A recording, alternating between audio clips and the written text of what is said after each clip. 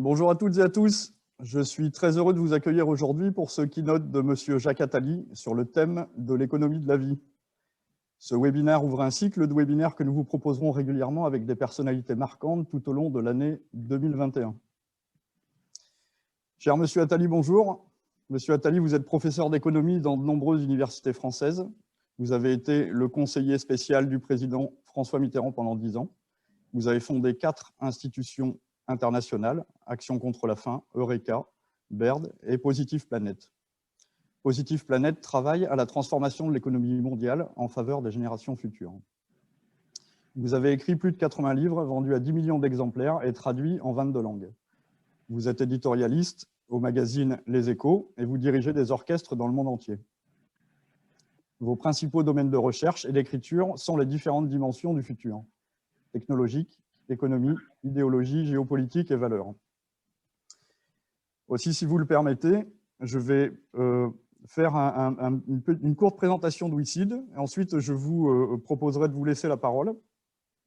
Et enfin, je relayerai certaines questions que l'ensemble des participants à ce webinaire nous poseront et nous soumettront sur le Zoom. Alors, à la sortie du premier confinement, au début de l'été 2020, Monsieur Attali, vous avez publié un livre où vous développez votre réflexion pour passer d'une économie de la survie à une économie de la vie. Et votre solution, c'est de concentrer tous les efforts, y compris financiers, sur certains piliers économiques, tels que la santé, le logement, l'éducation, l'environnement, la culture ou la démocratie. Ma lecture de l'ouvrage et les premiers échanges avec vous, écrivain, futurologue, économiste, ont rapidement révélé des points de convergence remarquables avec l'ADN de WICID, sa stratégie d'investissement et son modèle de croissance participatif. Je suis ainsi honoré de vous accueillir, Monsieur Attali, pour ce keynote, et très heureux de partager ce moment avec vous toutes et tous. Voilà, je vous propose de faire une courte présentation de WICID. Entreprise positive, nous sommes une entreprise d'investissement agréée par l'autorité de contrôle prudentiel et de résolution et l'AMF.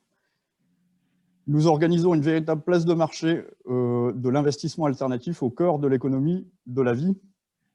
Nous sommes un acteur historique du financement participatif en France et nous avons déployé plus de 245 millions auprès de 600 projets économiques. Nous menons une stratégie d'investissement à impact, orientée économie de la vie, vers certains secteurs de l'économie de la vie comme l'immobilier, l'environnement et la transition énergétique, mais aussi de l'humain à travers la santé et l'alimentation.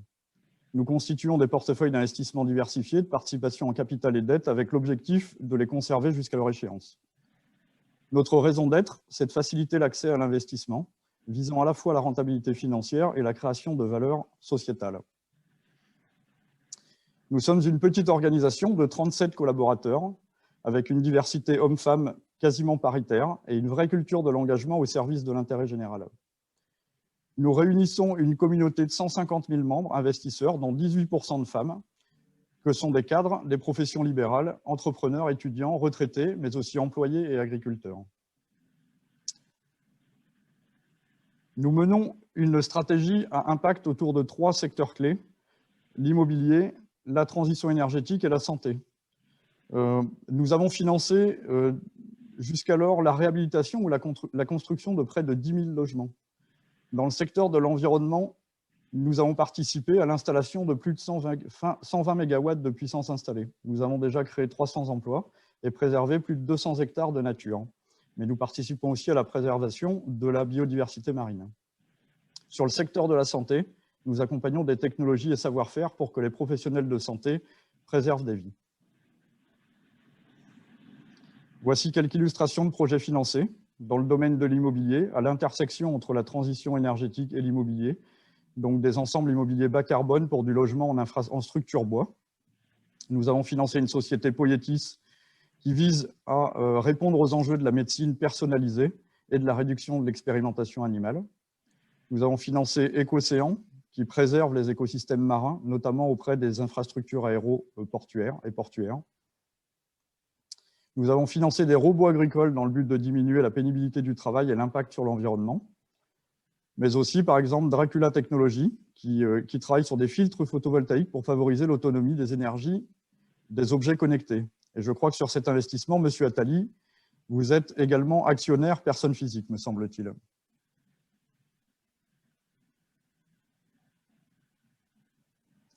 Donc, je vous propose de vous passer la parole pour que vous puissiez nous expliquer comment peut-on passer de l'économie de la survie à l'économie de la vie, comment faire en sorte que les générations actuelles prennent en compte l'intérêt des générations futures. C'est à vous, Monsieur Attali. Je vous remercie. C'est avec beaucoup de plaisir que je m'adresse à cette communauté d'investisseurs.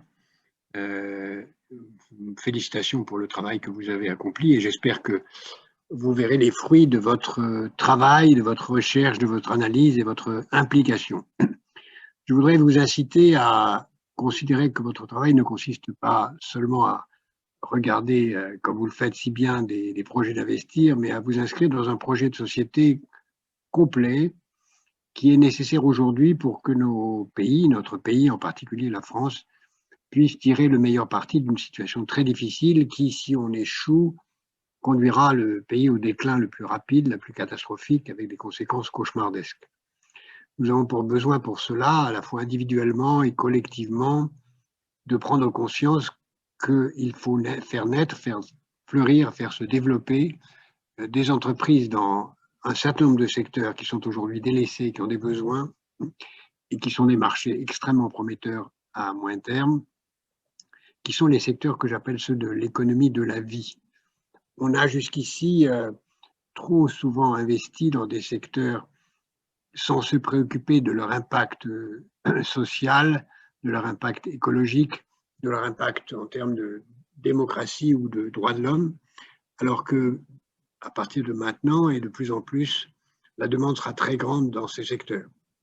Et je pense qu'il faut que chacun d'entre nous prenne conscience de l'importance d'avoir une grille de lecture de ses investissements, qui ne soit pas seulement une grille de lecture de la rentabilité financière, ni même seulement une grille de lecture écologique qui commence à venir, mais une grille de lecture beaucoup, beaucoup plus vaste, qui est une grille de lecture de ce que j'appelle une société positive. Une société positive, c'est une société où chacun, dans ses décisions personnelles, idéologiques, comme consommateur, comme citoyen, comme épargnant, comme investisseur, travaille dans l'intérêt des générations futures. Comme nous le faisons normalement quand on est des parents, on travaille dans l'intérêt de nos enfants. Et il faut, dans toutes les dimensions de notre vie, considérer que nous sommes collectivement les parents des générations futures, même de ceux qui ne sont pas encore nés. Et quand on est investi en particulier, il faut investir en se demandant si l'investissement qu'on fait est utile aux générations futures.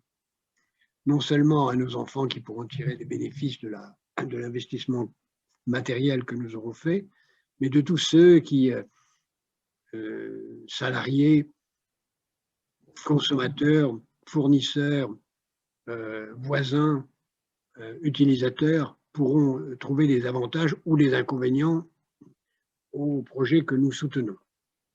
Et quand on a en tête cette grille de lecture de l'économie, de la société positive, on en arrive très vite à considérer qu'il y a un certain nombre de secteurs qui méritent qu'on y passe du temps et un certain nombre d'autres secteurs qui ne méritent pas qu'on y passe du temps.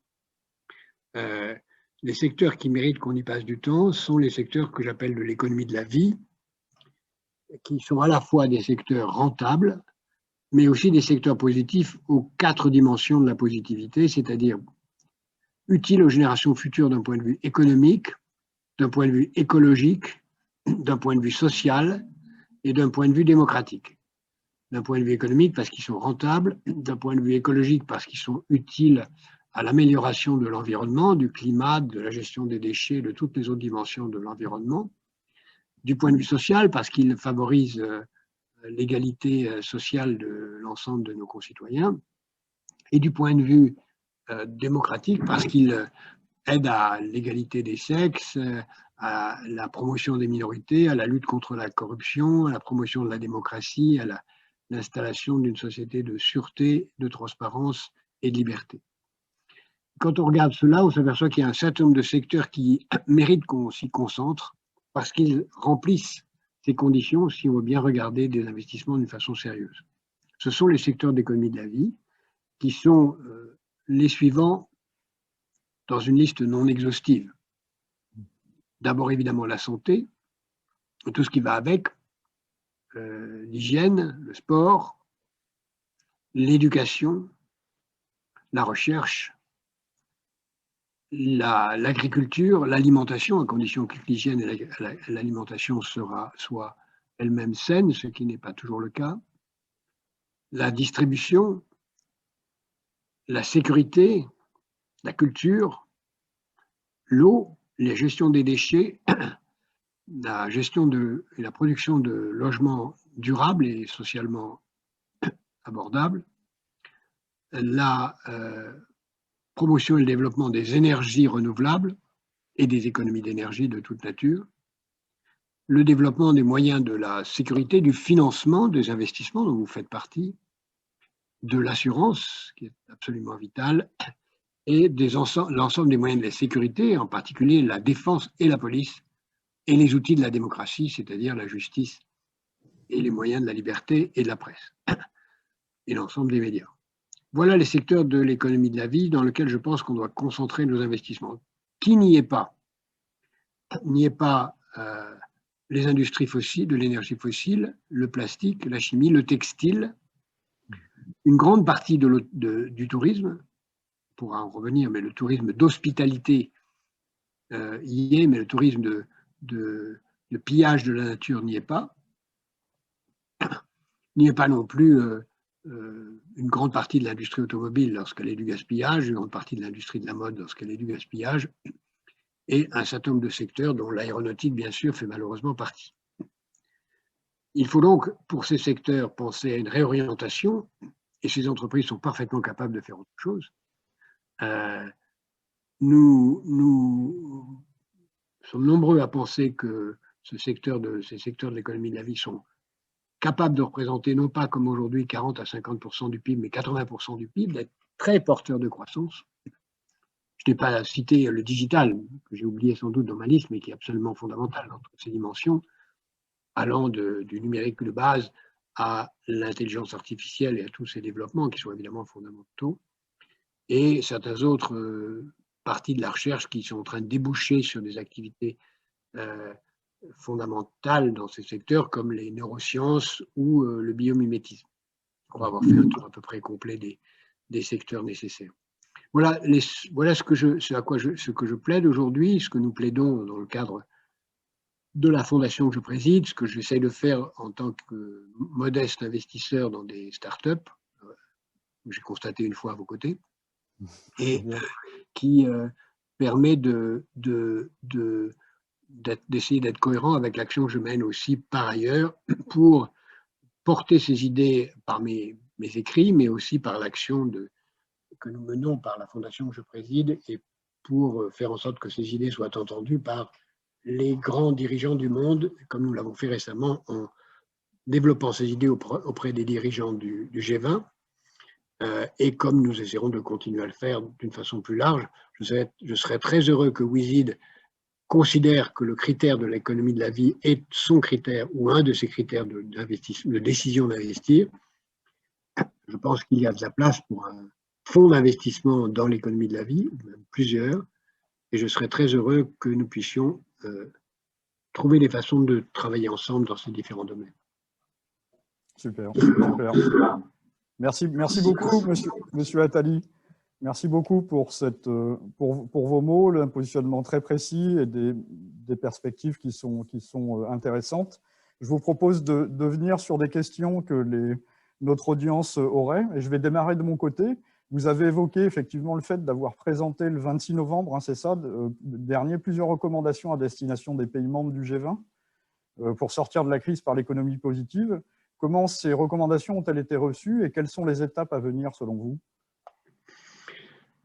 Le G20 a lui-même pris de bonnes décisions. Il est d'ailleurs relativement passé inaperçu. C'est justement parce qu'il a pris des bonnes décisions qu'il est passé inaperçu, parce que si ça avait été un G20 de clash et de conflit, tout le monde en aurait parlé. Mais il a été pris de bonnes décisions, en particulier une qui est tout à fait conforme à ce que nous avions proposé, puisqu'on avait proposé 4 propositions: le développement de l'économie de la vie, la mise en avant de ce qu'on appelle One Health, c'est-à-dire de considérer que la santé humaine et la santé animale doivent être développées de concert, la priorité donnée à l'éducation de base et la mise en place d'un instrument de résilience, c'est-à-dire de prévision dangers futurs pour s'y préparer à l'avance et pas se trouver pris de court comme cette fois-ci. Cette dernière proposition a été reprise dans le communiqué du G20 et j'espère qu'elle va être mise en œuvre.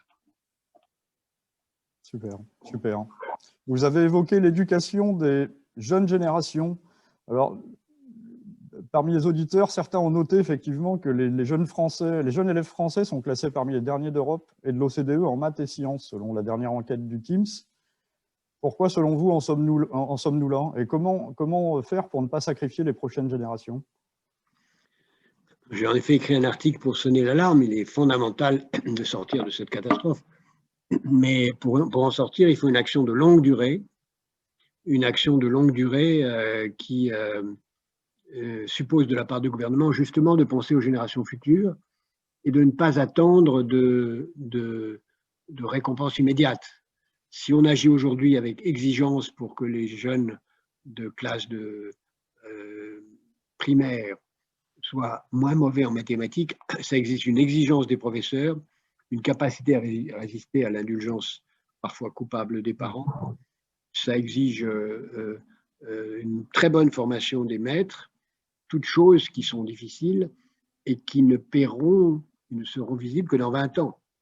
Parce qu'il faudra du temps pour que ceux qui sont ainsi mieux formés atteignent le niveau des classes d'ingénieurs dont nous allons cruellement manquer.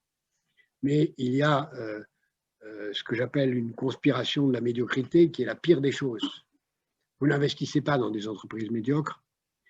Il faut que les enseignants savent qu'aucun élève, et ils le savent pour la plupart d'entre eux, ils font un métier magnifique et ils le font merveilleusement bien pour la quasi-totalité d'entre eux, qu'aucun élève ne devrait avoir droit à un cours médiocre, ni même à un laxisme dans le jugement de son propre travail. L'exigence est la moindre des choses qu'on doit à un élève, comme l'exigence est la moindre des choses qu'une entreprise doit à ses actionnaires. Merci pour votre explication. Une autre question. Vous avez fait paraître effectivement l'économie de la vie il y a déjà 6 mois. Où en sommes-nous par rapport à vos premiers écrits? Est-ce que vous êtes dans la droite ligne de ce que vous avez écrit? Malheureusement, je ne pense pas un mot de différent. J'avais dit qu'il aurait fallu regarder le modèle coréen, on ne l'a pas fait. J'avais dit qu'il y aurait un deuxième confinement qui viendrait, il est venu. J'avais dit qu'on ne s'en sortirait pas tant qu'on n'a pas de vaccin et de médicaments. C'est ce qu'on va avoir, j'espère. Je n'étais pas le seul à penser comme ça. Mais le fait qu'on ait regardé simplement l'Allemagne et la Chine en traitant ces deux pays comme des modèles à suivre, a montré que l'Allemagne n'a pas échappé au pire parce qu'elle n'a pas mieux géré que nous et que la Chine est une dictature qui est responsable de cette pandémie, qui l'a extrêmement mal gérée et qui ne s'en sort provisoirement que par le renforcement de son totalitarisme. Alors qu'à côté de la Chine, il y a un pays démocratique que personne n'a voulu voir, et je pointais dessus à ce moment-là, la Corée du Sud, qui a parfaitement géré la situation. Je rappelle qu'il y a 53 millions d'habitants et autour de 550 morts à l'heure où nous parlons, sans confinement, et avec une économie prospère, parce qu'ils ont su mettre en place au plus vite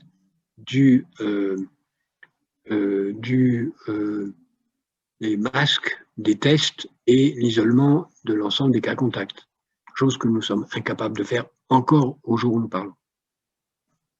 Oui, tout à fait. Tout à fait.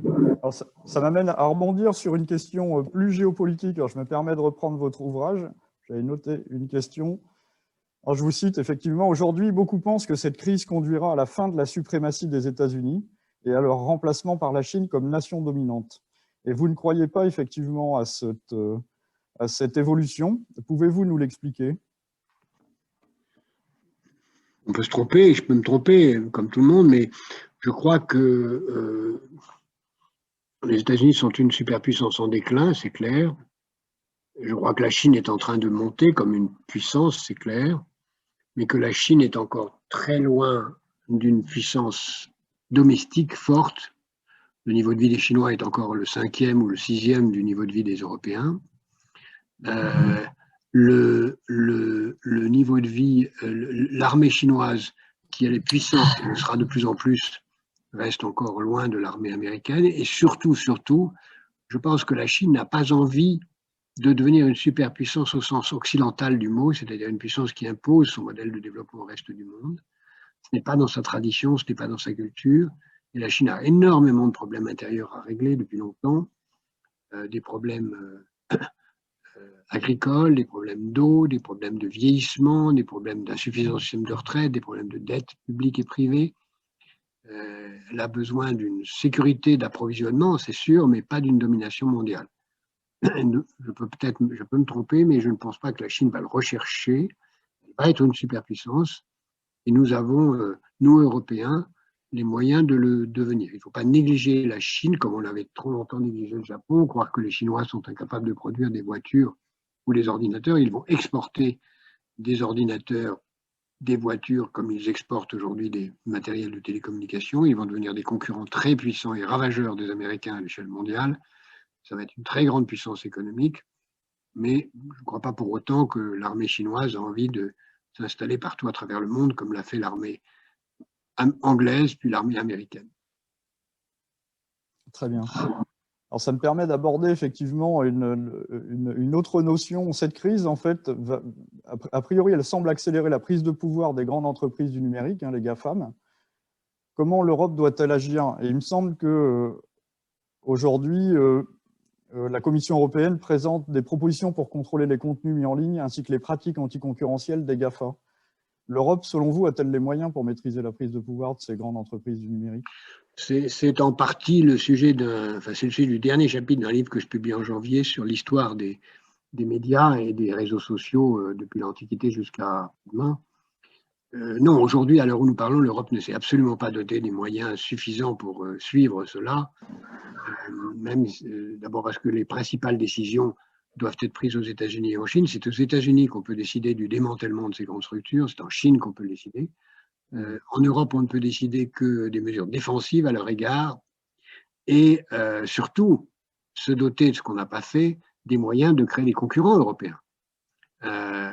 Les concurrents européens, nous n'avons personne du niveau des GAFA. Certains disent qu'on a des bonnes entreprises en matière d'intelligence artificielle. Aucune n'est au niveau de leurs concurrents chinois ou américains, malheureusement. Et nous sommes très loin d'avoir les réseaux sociaux, alors qu'on pourrait les avoir aussi en Europe. Donc, non, la vraie réponse serait une décision internationale de démantèlement de ces grandes entreprises, que les États-Unis commencent à vouloir et la Chine aussi, et la création d'homologues européens qui restent encore à faire dans beaucoup de dimensions du sujet.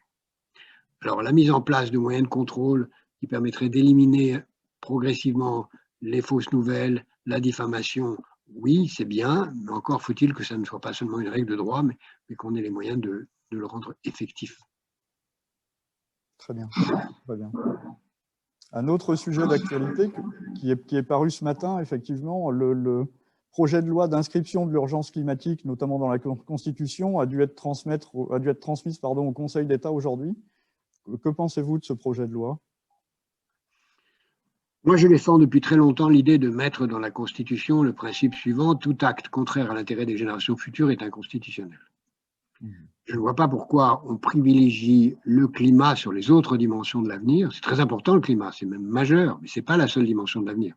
Le social, le démocratique sont aussi des dimensions majeures de l'avenir, et je voudrais qu'on ait une vision plus large. Sinon, on risque d'avoir une vision totalitaire, qu'on a vu d'ailleurs s'exprimer par quelques-uns hier soir et ce matin, qui donne l'impression de promouvoir à travers cet amendement constitutionnel une dictature écologique qui serait tragique. C'est pourquoi il est très important de mettre la démocratie au même niveau et le social au même niveau que l'écologie. Très bien, très bien. Merci, Monsieur Attali. Alors, je vais prendre deux questions pour mon compte.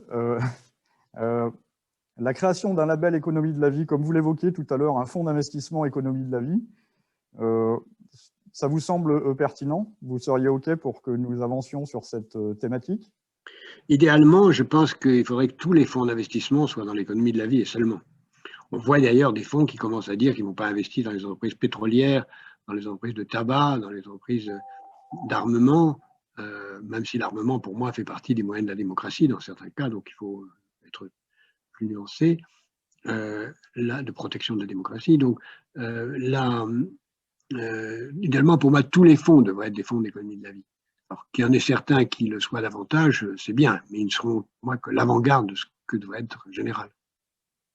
Absolument, on assiste à un fort engouement, mais que je perçois un peu comme une limite du greenwashing. Effectivement, tout le monde met du vert ou se met une banderole ESR au niveau des professionnels de la finance. Alors, je trouve ça heureux compte tenu du contexte, mais selon vous… C'est heureux et c'est parfois intolérable parce que c'est purement du mensonge.